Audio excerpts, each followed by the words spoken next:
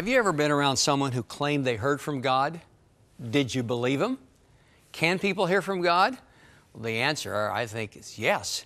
God's mouth is not broken, and our ears should not be. But have you ever been around somebody who claimed they heard from God and you thought, I don't think so? They seemed a little wacko? If so, how can we know if somebody really is hearing from God or somebody's not hearing from God? Or maybe more relevant to all of us, how can we know whether we're hearing from God or whether or not we may be actually a little bit wacko?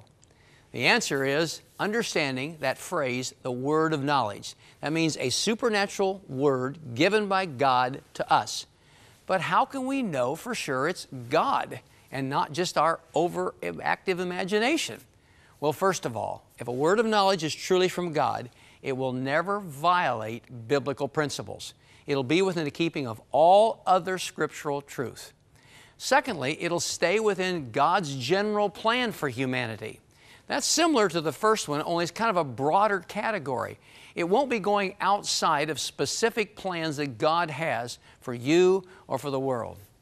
A third thing, we can know that a word of knowledge, if it's really true, it will work towards bringing God's will on the earth. It'll always be in conformity with Him. It'll never be in violation with His word and His plan. A fourth thing that's advisable for us to understand a word of knowledge, we should check with other mature believers. There's always wisdom in counselors. That's why there's a value in working as a team. When you're trying to understand the truth of God, when you understand the Word of God for a given situation, work with a team of people.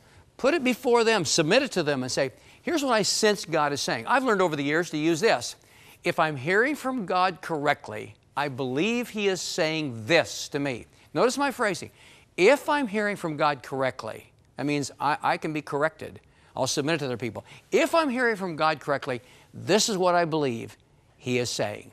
That's the way to be safe on this issue of receiving a word of knowledge from God. Are miracles for real? Her car flipped upside down and plummeted to the Red River, which was partially frozen. 2 men pulled her out of the river, saving her life. You might say definitely because you've experienced a miracle yourself. I had 5 arteries that were severed. Not torn, not pinched, but completely severed. So doctors say I should have bled to death in just a few minutes. Or maybe you've heard stories, but you're skeptical. You know, you read the Bible, you read what it says, and you think, is it really true? The answer? Miracles are for real. In this book, Dr. James Garlow carefully examines biblical teaching about miracles, and it's packed full of truly amazing stories that will boost your faith.